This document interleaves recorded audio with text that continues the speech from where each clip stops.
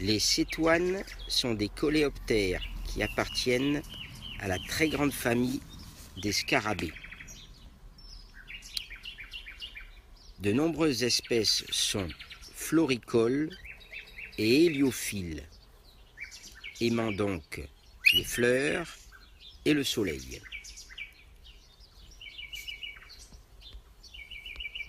La cétoine dorée, Cétonia aurata, est parfois appelée hanneton des roses. Suivant les régions, l'insecte adulte apparaît d'avril à juin et il peut se rencontrer jusqu'en septembre-octobre. L'insecte aime le soleil et il n'est pas rare de le rencontrer dans les jardins, notamment sur les roses ou encore sur les troènes, les lilas, les pyracantha, les chardons, le sureau, l'aubépine ou ici sur le tilleul. La taille de l'insecte adulte oscille entre 15 et 20 mm et la couleur de base est vert métallique.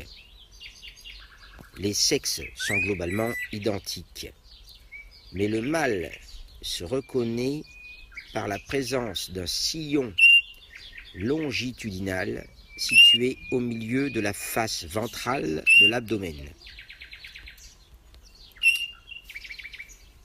Les pontes interviennent en mai-juin. Les œufs sont sphériques comme de minuscules billes blanchâtres. Les larvules naissent à la fin du printemps. La larve de cétoine dorée est du type dit mélolontoïdé. Elle est dite saproxylophage car elle se développe dans les bois très décomposés, les terreaux ou les composts. 3 années semblent nécessaires à son développement complet. Ne vous laissez pas abuser par leur allure de ver blanc et ne les tuez pas, car elles participent activement à l'élaboration du terreau.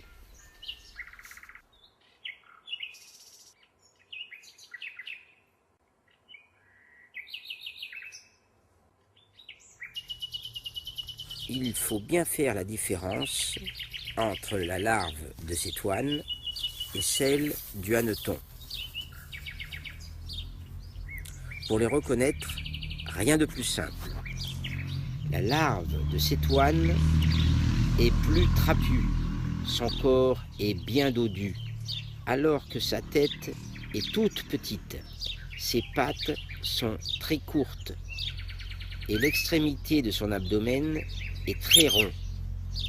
La larve du hanneton présente une grosse tête, munie de larges mandibules et de grandes pattes.